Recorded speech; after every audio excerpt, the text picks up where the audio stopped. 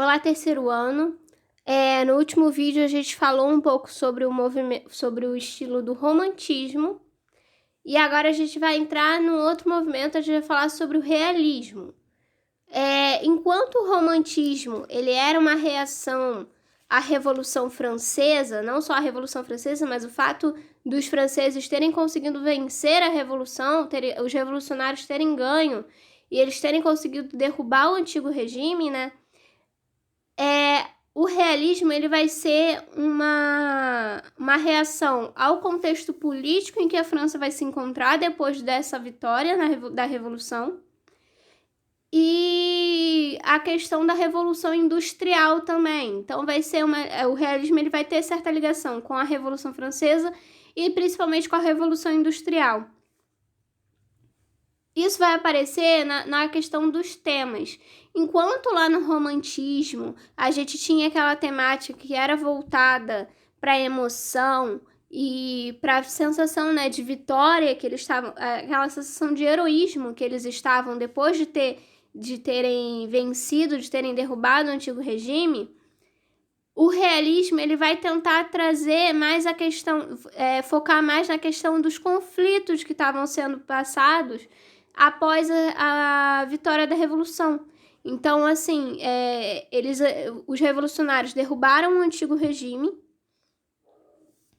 mas eu cheguei a comentar isso já em outros vídeos, houveram conflitos civis, conflitos entre os próprios revolucionários, entre os líderes da Revolução, depois que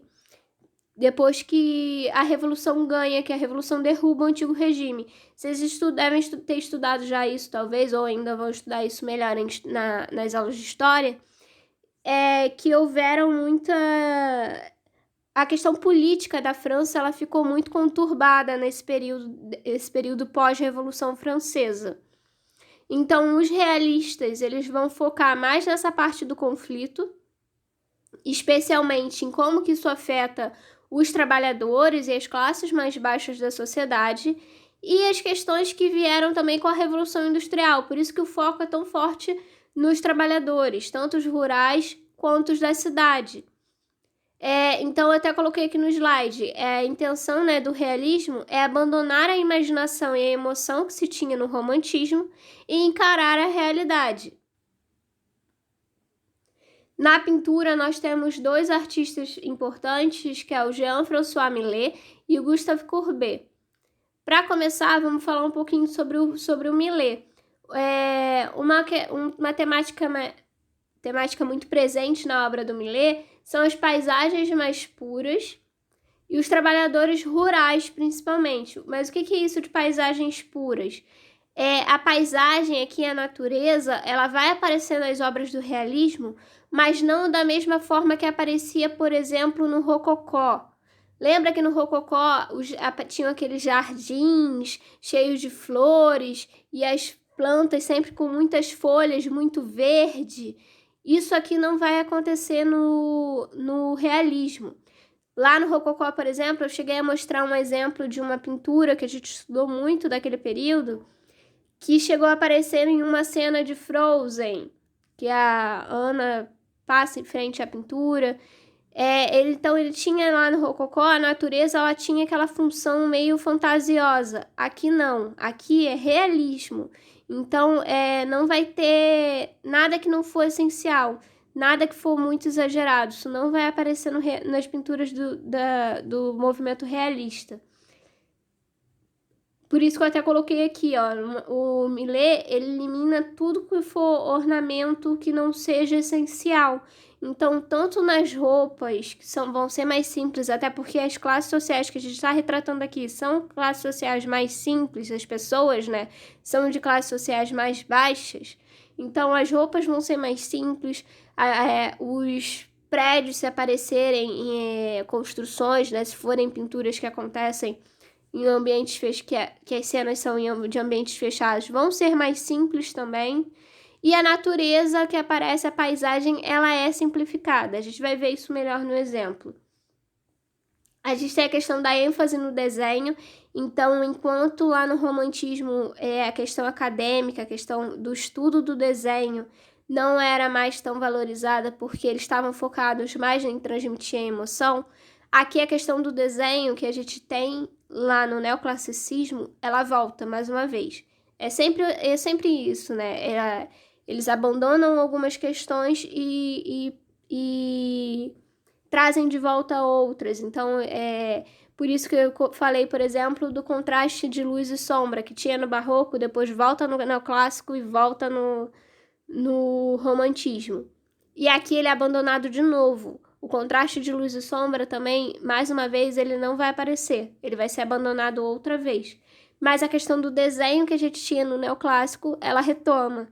Então a gente vai ver que vai ter, se tem um estudo antes de se fazer a pintura, porque é mais racional. Mais uma vez, ela é mais racional e não tanto ligada para a emoção.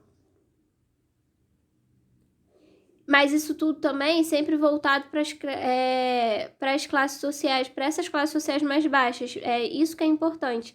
Então, assim, apesar de ser racional na questão do desenho, eles têm uma intenção que é trazer mais dignidade para essas pessoas, para essa classe social. Para retratar a realidade dessas pessoas. Eles são o foco. Não mais, lembra quando eu falei que o rococó era uma arte feita pela aristocracia e para a aristocracia? O realismo e depois o romantismo foi feito pelos revolucionários e para os revolucionários. Agora a gente está fazendo sobre as classes mais baixas da sociedade. Então vai ser uma arte feita por pessoas, tanto Millet quanto Courbet, eles faziam parte vieram de famílias de camponeses, então vai ser feita por trabalhadores para trabalhadores.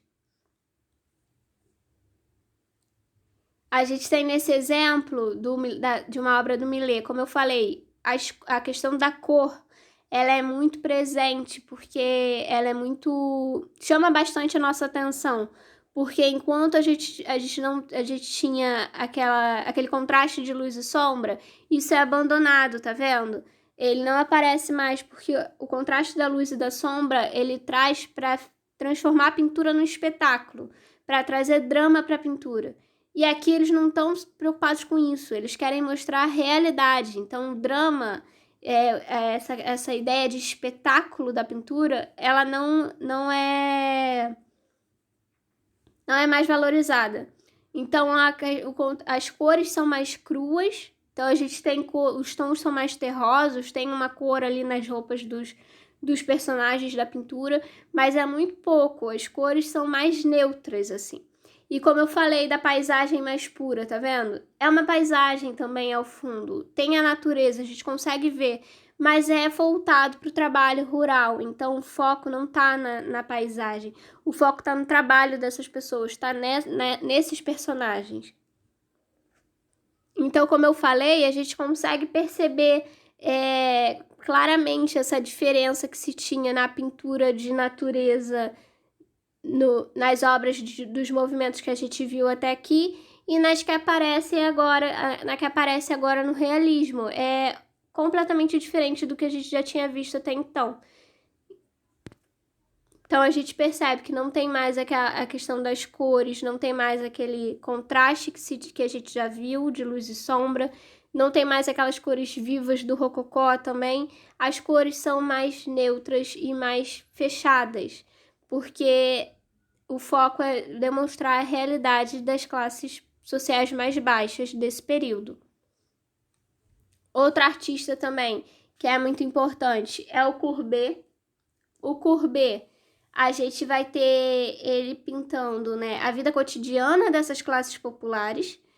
E também tem uma questão de que ele usa a arte dele, as pinturas, para denunciar essas diferenças sociais que a burguesia tentava esconder.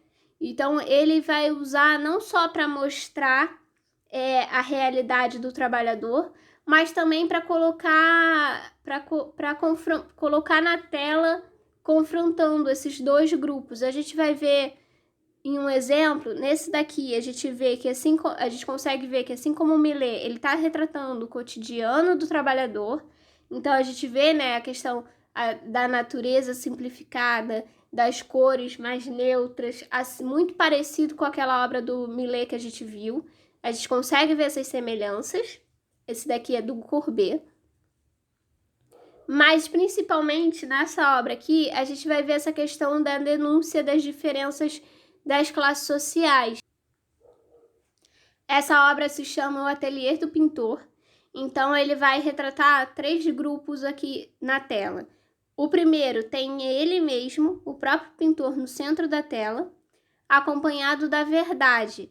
Como assim acompanhado da verdade? Lembram dessa pintura da Liberdade Guiando o Povo? Lembram que eu falei que essa mulher no centro da pintura com a bandeira, ela não era uma mulher que estava ali de fato, e sim uma alegoria que representava a liberdade? Então, quando Delacroix fez essa pintura e deu o nome de A Liberdade Guiando o Povo, ele coloca a liberdade, que é esse conceito de liberdade, na forma de uma mulher guiando os revolucionários. Courbet faz a mesma coisa. Essas alegorias são muito comuns na arte desde muito antes, desde a época da Antiguidade Clássica, lá da Greco-Romana. Então, Courbet, enquanto Delacroix representa a liberdade, Courbet vai representar a verdade também numa figura feminina. Então, ele se coloca no centro da tela, ao lado da verdade, acompanhado da verdade. Então, assim, isso é uma forma dele dizer que a verdade está do lado do artista, a verdade está do lado dele. Então, como eu falei, o realismo, ele está tentando representar essa realidade, essas diferenças sociais. E ele colocar essa figura representando a verdade do lado dele é muito representativo, é uma forma dele se reafirmar que ele tá do lado da verdade, literalmente, como ele coloca na pintura. Então, isso no centro da pintura, ele com a verdade. E uma questão importante também, ele tá aparecendo, a gente tá vendo ali, ele tá trabalhando, ele tá pintando, e ele tá pintando uma paisagem. E assim, a paisagem, para as correntes, né, artísticas da época, não era uma temática muito valorizada, não. Ela aparecia sempre acompanhada de alguma outra questão. A paisagem em si, a pintura de paisagem pura e simples, ela não era muito bem vista, era como se fosse um tema muito vulgar para a época, muito banal. Então, ele se colocar pintando uma paisagem também é uma forma dele se colocar contra as correntes vigentes, correntes artísticas vigentes naquela época. Como se era uma forma dele reafirmar que ele tá ali, que ele tá indo contra essas correntes.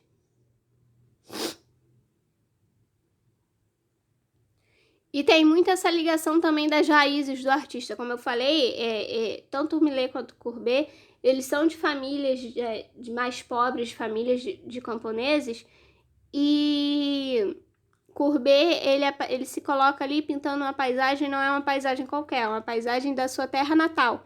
Então, ele tem muito essa ligação com as raízes do próprio artista. Agora, à direita, ele vai colocar seus amigos, né, os amigos de Courbet. Entre eles está o fundador do movimento realista na literatura, porque assim como eu falei do romantismo, esses movimentos artísticos que a gente está estudando, eles também vão estar ligados à literatura e a outras áreas de conhecimento também, mas especialmente à arte e à literatura. Então, ele coloca aqui do lado direito pessoas que são intelectuais da época, que são pessoas que são amigas dele, que ajudaram Courbet, né, a crescer como artista e como pessoa também, pessoas que são importantes para a vida dele, e pessoas que têm os mesmos ideais que ele. E eles estão todos olhando para o grupo que tá, a maioria deles, pelo menos, tá olhando para o grupo que tá no lado esquerdo, no lado esquerdo estão os inimigos do artista e as pessoas que eram exploradas por esses inimigos. Quem são os inimigos? São os burgueses. Então, são as pessoas de classe social mais altas, são as pessoas que defendiam ideais diferentes que iam contra o realismo. As pessoas que tinham outros ideais, especialmente pessoas da burguesia. Então, ele se coloca do lado da verdade, com os seus amigos realistas também, olhando assim, encarando os burgueses e as pessoas de classe social mais baixa que eram exploradas por esses burgueses, por essas pessoas que iam contra os ideais realistas. Então, é uma forma dele colocar esses dois grupos se encarando, assim, numa mesma tela. Então, a gente tem lá o grupo dos realistas, né, dos pensadores, dos intelectuais do movimento realista, de um lado. Do outro, nós temos os burgueses, os romantistas e as pessoas que iam contra esses ideais, explorando pessoas de classe mais baixas. E no centro nós temos o próprio artista do lado da verdade, tentando denunciar ali essa diferença das classes sociais, de como que estava acontecendo a realidade da época. Ignorando totalmente aquele sentimento, aquela atmosfera que a gente tinha de heroísmo. Aqui não é mais isso, é mais tentando. Aqui o foco é tentar denunciar essa hipocrisia até dos próprios revolucionários da época, as próprias pessoas que venceram a revolução e estavam tentando ignorar essas questões. Vale ressaltar também que os artistas, né, os pintores do realismo, eles têm uma ligação muito forte com o Caravaggio. Lembram do Caravaggio? O Caravaggio é aquele que pintou o São Mateus, e aí a igreja não aceitou a pintura dele porque era muito realista e eles queriam um São Mateus mais idealizado. Então eles vão se ver muito inspirados pela obra de Caravaggio. E a gente faz muito essa relação, porque Caravaggio, como eu falei, né, naquela aula que a gente teve ainda na escola, o Caravaggio ele era atacado quando ele tentava fazer essas pinturas mais que mostravam uma realidade, porque na época não era corrente vigente, não era corrente artística vigente. E da mesma forma, os pintores realistas, Courbet, Millet e outros assim do movimento, eles vão ser atacados também por estarem preocupados em retratar essa realidade no começo. Então, depois que, no começo do movimento realista, eles são muito atacados pelos mesmos motivos que atacaram Caravaggio e renegaram algumas das obras de Caravaggio e fazendo, né, pedindo, quando era encomenda, pedindo para que ele refizesse suas obras. Então, a gente tem essa relação entre os artistas, os pintores realistas e a obra de Caravaggio. Na questão da arquitetura e da escultura, a gente vai ver muito, principalmente, a questão da Revolução Industrial, por conta, principalmente, dos materiais, né, que foram criados durante a Revolução. Durante essa Revolução Industrial. Mas focando na questão da arquitetura, a gente tem uma questão importante, que é o tipo de construção que vai ser feito nesse período. Enquanto antes a gente tinha muito aquela questão de construir igrejas e construir palácios, aqui nesse período do realismo, esse período de Revolução Industrial, que é tudo mais voltado para o trabalho e para os trabalhadores, essas construções vão ser substituídas. Então, em vez de se fazer palácios, se estar preocupado em fazer palácios e igrejas, eles vão construir fábricas, vão construir escolas, hospitais. São construções civis que voltam para questões mais ligadas às necessidades básicas mesmo da época, necessidades mais práticas. Não tanto a questão de fazer palácio para demonstrar poder, igreja para atrair fiéis. Isso não vai acontecer nesse período. Esse período, o foco são as necessidades práticas dos trabalhadores, porque é um período de revolução industrial voltado para o trabalho, voltado para a indústria, né? Então, a gente vai ter muito, principalmente, a construção de fábricas e de outras construções civis, como eu mencionei, escolas, hospitais, ferrovias também, porque a gente tem a questão ferroviária que começa a ser desenvolvida nesse período. Então, essas vão ser as obras, né, de arquitetura do realismo dessa época. Armazéns também, como eu falei, né, estações ferroviárias, e tudo isso também é voltado com foco nos tipos de material que foram desenvolvidos nesse período, que a gente tem a questão do ferro fundido e do concreto. Então, eles utilizam desses materiais para fazer essas obras. Num primeiro momento, para fazer obras mais voltadas, como eu falei, mais voltadas para as necessidades práticas, mas a gente vai ter, por exemplo, também esse aqui é o Castelo de Cristal de Londres, que é um monumento, né, que é uma obra importante desse período. Mas a gente tem, por exemplo, um exemplo mais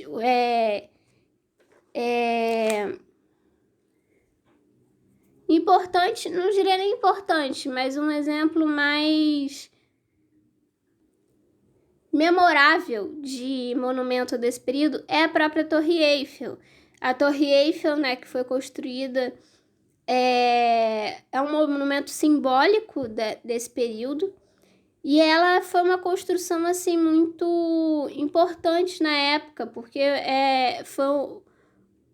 foi um exemplo de monumento que não tinha uma utilidade prática, mas que se utilizou daqueles materiais. Então, é um exemplo do uso do ferro para criar um monumento que não tem uma utilidade prática. Então, primeiro a gente tem aqui no Castelo de Cristal, que ele é feito a estrutura dele é feita de ferro. Então, a gente tem esse exemplo, né, do uso do ferro de uma forma utilitária. E depois ele vai transformando isso com o passar do tempo, né? Os realistas e as pessoas do período, eles começam a voltar novamente o olhar dele para a arte de forma não só utilitária, mas também simbólica. Então a gente tem a construção da Torre Eiffel, que é um monumento muito importante desse período. Então, assim, a torre, ela foi construída mais lá para frente, depois, né, de anos, assim, até num período que foi num evento que ia comemorar já o centenário da Revolução Francesa. Mas a gente tem ela como exemplo porque foi um uso, né, desse material, do ferro, que a gente tem desenvolvido durante o período de Revolução Industrial. E foi um uso que não era tão voltado para a questão utilitária, como eu falei, né? De construir fábrica, construir escola. Era uma questão de monumento. Ele era um monumento que foi feito para um evento que ia comemorar esse centenário. Então, ela tem essa carga simbólica, assim. E, na época, ela acabou sendo a construção, né? O monumento mais alto da época, de maior altura que foi feito. Então, até hoje, ela acabou se tornando um símbolo de Paris, um símbolo da França como um todo, mas, né, o principal monumento de Paris, que surgiu, então, nessa época, depois desse período de revoluções francesas e industrial. Então, foi muito simbólico isso, porque foi utilizado um material da Revolução Industrial para homenagear uma época de Revolução Francesa, mas ainda com essas características, né, como eu falei, do realismo, porque foi um material que era utilizado para questões mais voltadas para os trabalhadores, e depois é que ele ganha essa utilização que não é tão voltada assim para as questões mais práticas, e sim para questões mais ligadas a questões simbólicas mesmo. Eu vou encerrar por aqui. Como eu já falei com vocês, a gente não tem, né, nossa reunião no Zoom, mas qualquer dúvida que vocês tiverem, vocês me mandem lá por mensagem no aplicativo que eu respondo. Assim que eu puder, eu respondo vocês por lá, e a gente tira qualquer dúvida que fique sobre trabalho ou sobre algum exercício que eu passar. Então, eu vou encerrar hoje por aqui e no próximo vídeo a gente continua, então, com o nosso conteúdo.